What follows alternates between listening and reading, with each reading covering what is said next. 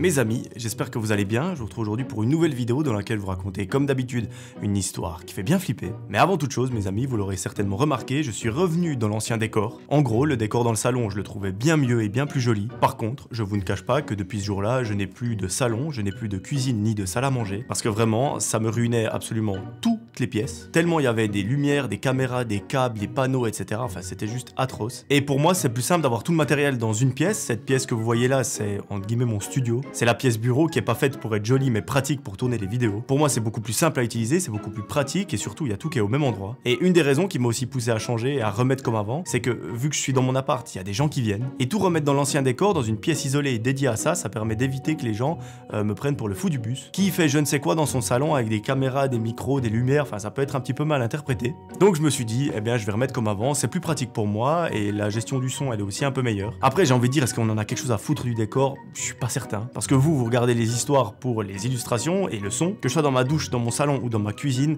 finalement ça a peu d'importance. L'essentiel c'est que l'histoire soit bien racontée, qu'elle soit intéressante. Et j'ai envie de dire, le décor, on s'en fout un tout petit peu. Voilà, je vous ai fait mon petit blabla. Si jamais vous voulez me suivre un petit peu plus, n'hésitez pas à me rejoindre sur Instagram. Voilà, moi je vous propose de ne pas prendre plus de temps pour vous raconter ma petite vie et je vous propose de passer à l'histoire de Cassandra. Mes amis, cette histoire, vous allez voir, elle est vachement cool parce que de 1, elle fait bien bader et de 2, elle est assez originale. Et en petit 3, ça se passe à une période de l'année qu'on n'a pas eu depuis un petit moment sur la chaîne. Alors, c'est en hiver, oui on a déjà eu des histoires en hiver, sauf que là, ça se passe dans une station de ski. À ce moment-là de sa vie, Cassandra nous raconte que tout va pour le mieux. On a l'habitude sur la chaîne, généralement les personnages vont bien, et petit à petit ça se dégrade, jusqu'à arriver au moment où l'histoire d'horreur vraiment se passe. Et bien là, Cassandra n'échappe pas à la règle. Notre amie, elle nous raconte que vraiment, tous les piliers de sa vie vont extrêmement bien, que ce soit les finances, la santé ou le travail, ou encore la famille et les amis, tout va pour le mieux. Elle nous explique même qu'au travail, ses collègues, ce ne sont pas uniquement des collègues, c'est carrément devenu une petite famille, il y a des gens avec qui elle s'entend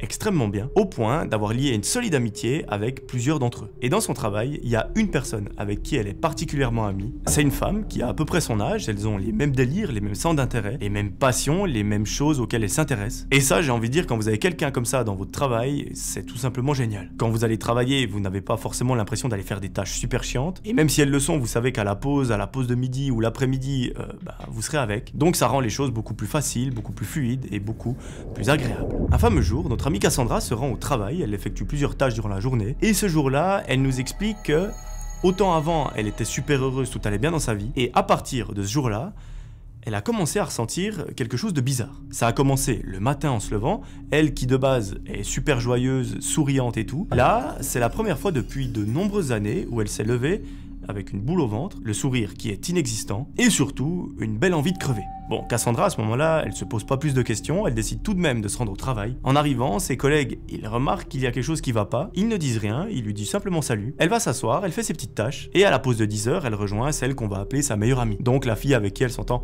super bien. Là, sa meilleure amie remarque que Cassandra n'a pas l'air dans son assiette, elle ne dit rien, elle essaye de faire un petit peu la conversation, histoire qu'il n'y ait pas de blanc et que Cassandra pense à autre chose. 20 minutes plus tard, les deux retournent dans leurs départements respectifs, et c'est à la pause de midi que la copine de Cassandra va lui poser quelques questions. Elle va lui dire, écoute Cassandra, enfin je te connais depuis un petit moment, je t'ai jamais vu dans cet état, tu m'as pas parlé de raison particulière, tu m'as pas dit que quelque chose n'allait pas, est-ce que tu veux en parler? Est-ce qu'il y a quelque chose qui ne va pas dans ta vie? Et là, Cassandra lui dit, non, je t'avoue qu'il n'y a rien de spécial qui ne va pas, mais depuis ce matin, quand je me suis réveillé, quand j'ai ouvert les yeux, j'ai eu une envie de m'enterrer sous ma couette et de dormir pendant 6 mois, avec une boule au ventre et une démotivation totale, comme je n'avais presque jamais eu dans ma vie. À ce moment-là, la copine de Cassandra lui dit, écoute, peut-être que prendre un week-end pour toi, peut-être te reposer un petit moment, ça pourrait que te faire du bien. Et si jamais, tu sais, dans l'entreprise, on a accès aussi à un médecin du travail, on a une personne qui peut nous diagnostiquer des choses, qui est là pour qu'on soit en bonne santé au travail, qu'on soit heureux. Donc peut-être que si ça perdure, si ça continue,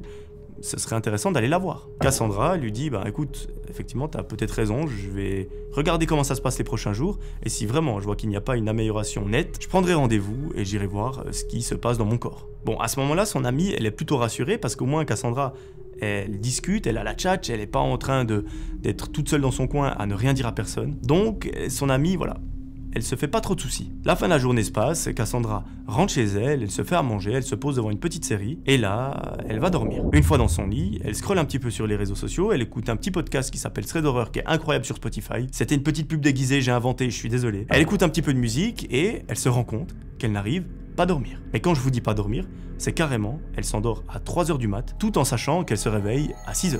Bon.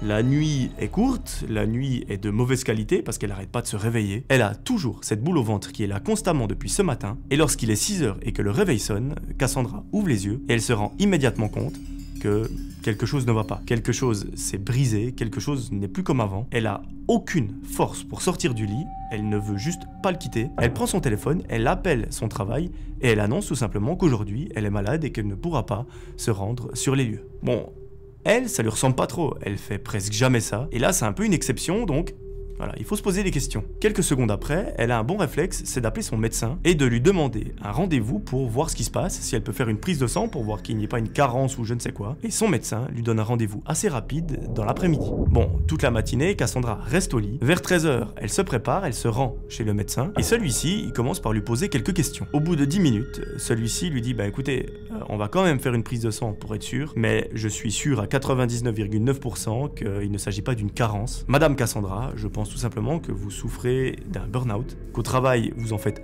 beaucoup trop, et je pense que vous ne vous en êtes pas rendu compte et que maintenant, votre corps vous le fait comprendre. Maintenant, la seule chose qu'il faut faire, c'est stopper, on va arrêter d'aller au travail pendant plusieurs semaines, parce que le problème, c'est que si moi je vous laisse aller au travail dans cet état, que vous continuez de forcer sur votre corps et sur votre mental, dans 2 mois, madame, je vous envoie dans une clinique spécialisée, et là, on ne parlera pas de mois d'arrêt ou de semaines d'arrêt, mais carrément d'années. Donc, il faut prendre cela très au sérieux, vous êtes en burn-out, vous n'allez pas travailler. Maintenant, ce qui compte, et c'est vraiment la priorité absolue, c'est votre bien-être. C'est de vous reposer autant physiquement que mentalement, et surtout mentalement, parce que vous savez, la santé physique, c'est fragile, mais alors la santé mentale, c'est ce qui dirige absolument tout dans votre vie. Cassandra, à ce moment-là, elle nous avoue qu'elle est assez surprise, parce qu'elle n'avait pas vraiment entendu parler avant du terme burn-out, et d'un côté, au fond d'elle, ça l'emmerde un petit peu de se dire je vais probablement lâcher mon entreprise pendant plusieurs semaines, voire plusieurs mois. Mais autant, elle comprend que c'est pour son bien, et que si elle ne le fait pas, ce sera pas des semaines ou des mois, mais carrément des années d'inactivité. Donc autant faire bien dès le début. À partir de là, Cassandra nous raconte que c'est une période assez particulière qui démarre, dans laquelle elle se sent super seule, elle se sent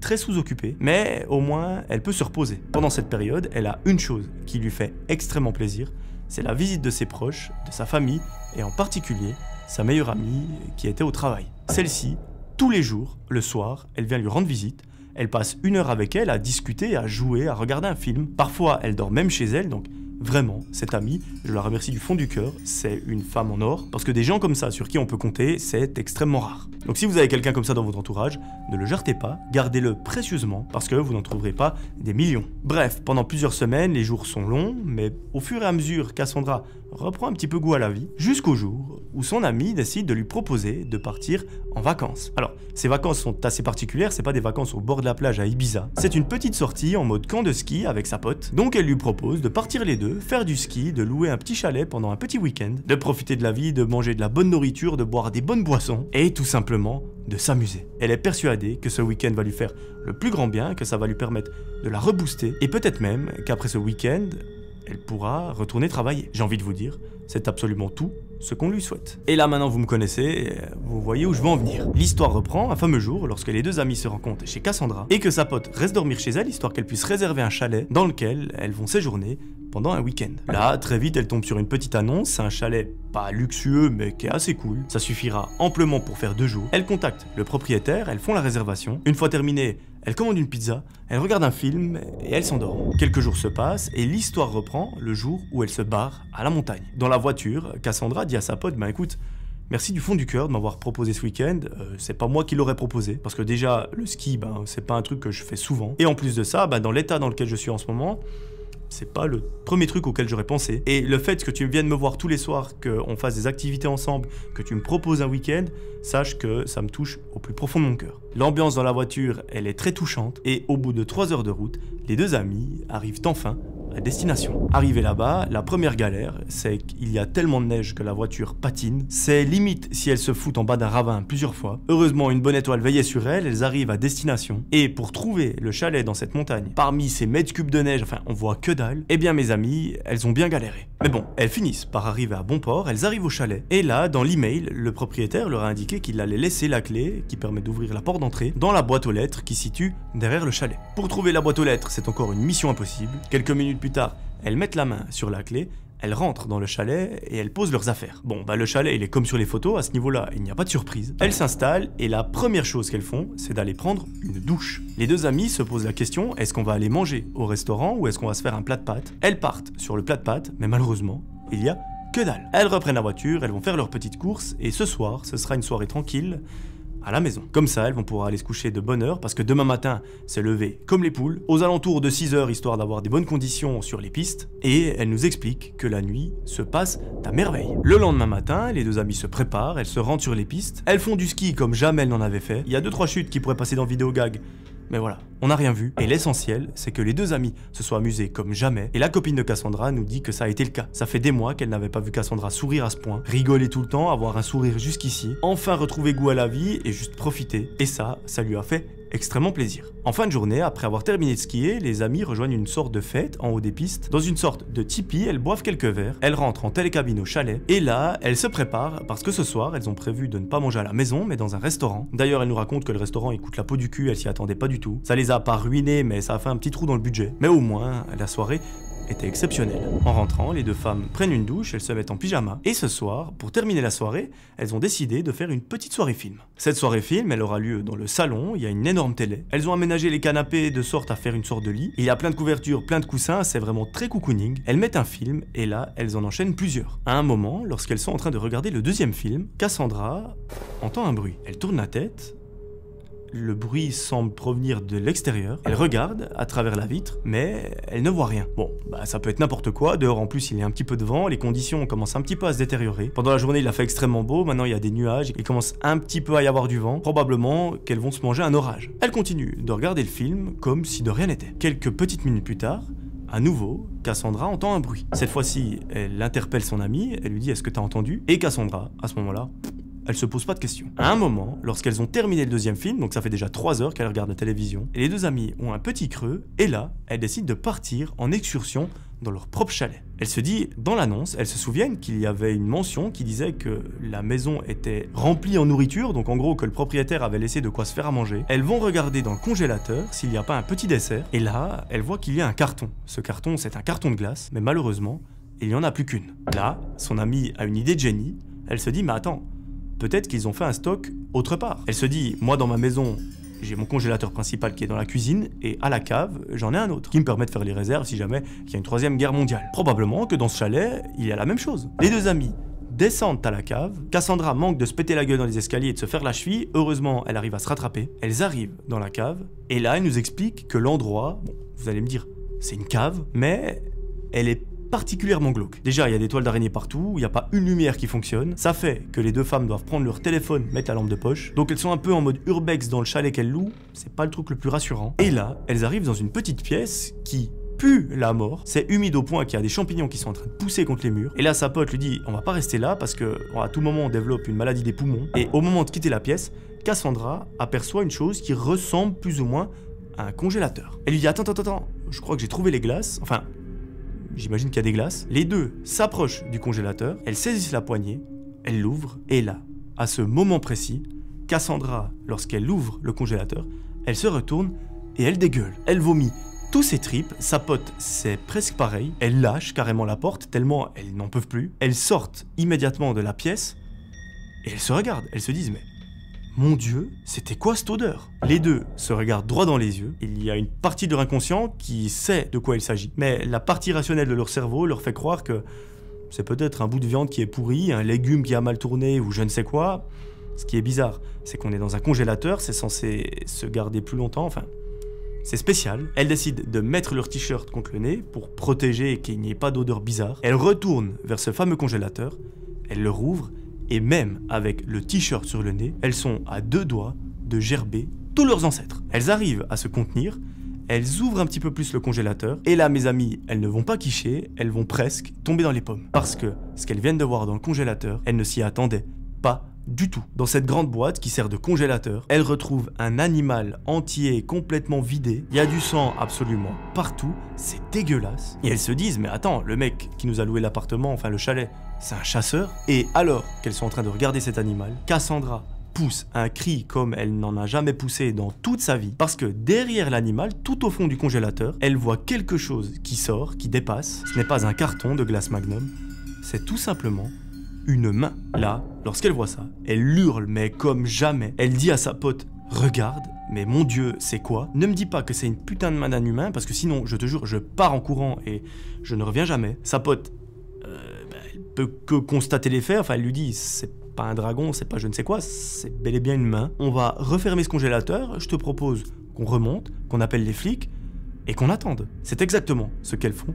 Elles referment le couvercle, elles sortent de cette pièce, elles la referment comme quand elles l'ont trouvée. Elles remontent gentiment les escaliers, elles se mettent dans le salon, elles composent le numéro de la police. Et là, dites-vous que dans le salon, il fait absolument tout nuit. On ne voit que dalle, la seule lumière, c'est la lune qui éclaire l'extérieur. En plus de ça, l'orage s'est gentiment levé, il est présent, ça commence à faire un petit peu de bruit, mais assez légèrement, il y a du vent, il y a des choses qui tapent contre la maison. Lorsque soudain, alors que sa pote est au téléphone en train d'expliquer aux policiers ce qu'elle vient de trouver, Cassandra, qui est assise à côté d'elle, voit à l'extérieur une silhouette qui est en train de les fixer juste derrière la fenêtre du salon. Lorsque la silhouette voit que Cassandra l'a vue, elle part et du coin de l'œil, Cassandra voit sur la fenêtre qui se situe sur sa droite une autre silhouette qui tourne autour de la maison. Là, elle tapote les jambes de sa pote, désolé ça fait beaucoup de potes, elle lui dit vite, indique à la police qu'on n'est probablement pas seul dans cette maison, qu'il faut absolument faire vite parce que s'ils ne viennent pas rapidement, peut-être que c'est nous dans quelques minutes qui serons dans ce congélateur. Là, les policiers prennent la chose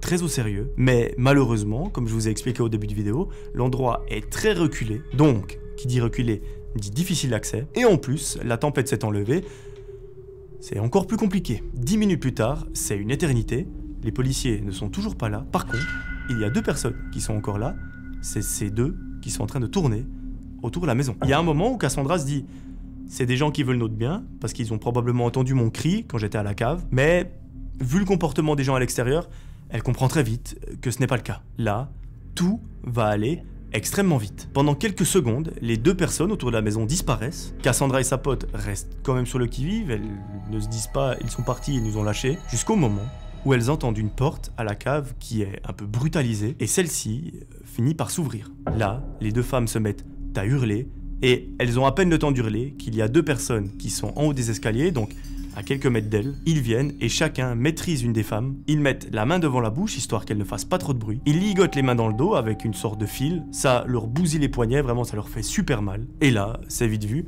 Cassandra et sa pote se disent « Ok, c'est la fin pour nous, on a eu une belle vie, c'est comme ça que ça s'arrête. » Elles voient toute leur vie défiler devant leurs yeux, tous leurs souvenirs, et elles n'ont même pas le temps d'y penser, qu'elles sont emmenées de force à l'extérieur, qu'elles sont mises dans une sorte de grand 4x4 à l'arrière, et que les deux hommes montent à l'avant, et qu'ils démarrent. Il y en a un qui leur dit « Si vous faites encore du bruit et que vous continuez de gueuler, c'est vite vu, d'ici quelques minutes, vous ne pourrez plus jamais gueuler. » Autrement dit, je vais vous buter. Bon, là les deux amis n'ont pas le choix que de se taire, et le pire, c'est que sur la route qui descend la montagne, les deux femmes vont apercevoir une voiture qui va les croiser. Et cette voiture, ce sont tout simplement les policiers. Sauf que les policiers ne se doutent pas une seconde que les deux femmes qui les ont appelées il y a quelques minutes sont dans la voiture qu'ils viennent de croiser, qu'elles sont ligotées, que d'ici quelques minutes, il y a un monde où on ne les revoit plus jamais. Et là, ça renforce le sentiment des deux amis de se dire, ben voilà, c'est la fin pour nous. Après de très longues minutes de trajet, les deux hommes garent la voiture à l'entrée d'une sorte de forêt. Enfin, c'est vraiment le genre de forêt hyper glauque en montagne, en pleine nuit, qui donne juste pas envie d'aller s'y promener. Et là, mes amis, il va se passer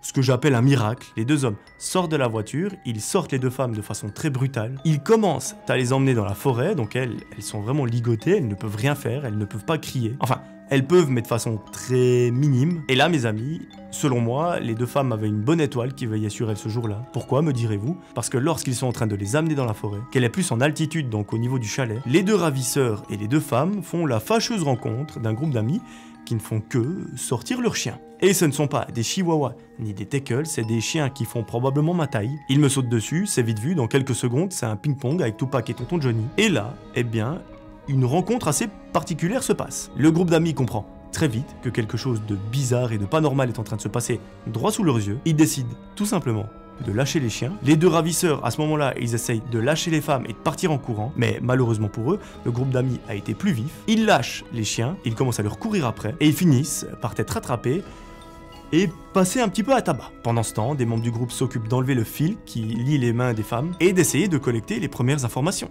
Très vite, quelqu'un a le bon réflexe d'appeler la police et la personne qui est à la centrale rappelle la patrouille qui est dans le chalet, qui pour l'instant ne trouve rien parce qu'ils sont en train de fouiller un chalet qui est complètement vide, parce qu'ils sont arrivés quelques minutes trop tard. Ils redescendent et eux, cette fois-ci, ils arrivent sur les lieux. Les deux femmes sont emmenées au commissariat ainsi que les deux ravisseurs et à partir de là, après avoir répondu à un tas de questions, le lendemain soir, donc plusieurs heures après, même presque un jour après, elles ont pu rentrer chez elles en toute sécurité. Mais alors là, mes amis, je ne vous parle pas de la catastrophe psychologique que ça a engendré chez elles. Mais vous imaginez, vous vivez quelque chose comme ça, vous ne vous en remettez jamais. Vous êtes passé à ça de disparaître et de finir dans un congélateur à côté d'un paquet de Magnum, ou de Mr Freeze à la menthe, à la fraise, à l'orange, ou je ne sais quoi.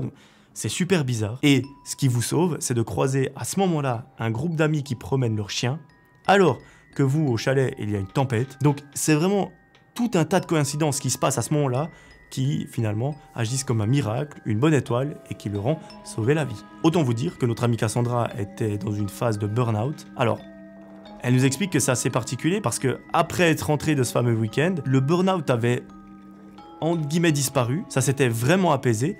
Par contre, une chose qui a repris le dessus, c'est ce traumatisme psychologique qui a été engendré suite à ces événements. Et là, ça a été encore un très long processus pendant plusieurs mois, histoire de guérir, d'oublier tout ça, de se dire que voilà, c'est derrière, probablement ça ne se passera plus jamais dans sa vie, et d'ailleurs on croise les doigts, mais ça a été un travail de dingue. Ce qui me fait plaisir, c'est qu'aujourd'hui Cassandra, elle nous raconte que tout ça, c'est derrière elle, le burn-out et l'enlèvement, qu'aujourd'hui elle est super heureuse, que inutile de vous dire que le lien avec sa meilleure amie, ce n'est plus un lien d'amitié, c'est un lien de famille. C'est devenu des vraies sœurs et aujourd'hui, ce sont les plus heureuses du monde. On est super content sur la chaîne d'entendre ça, que malgré de tels événements, elles arrivent à garder le cap et puis à être heureuses. En tout cas, j'espère que les prochaines histoires seront comme ça. Voilà, c'est la fin de cette vidéo, j'espère qu'elle vous aura plu, j'espère que l'histoire également. Si c'est le cas, mettez votre plus beau pouce bleu, rejoignez-moi sur Instagram et sur Spotify. Je vous rappelle, sur Spotify, vous avez accès à la vidéo, vous pouvez voir l'épisode, comme vous le voyez actuellement sur YouTube. Et en plus de ça, si vous payez l'abonnement Spotify, vous n'avez pas de pub et vous pouvez verrouiller votre téléphone pendant que vous écoutez. Donc vous pouvez le mettre dans la poche en toute sécurité sans que ça change de musique et que vous vous retrouvez à passer d'un thread d'horreur à Flipper le dauphin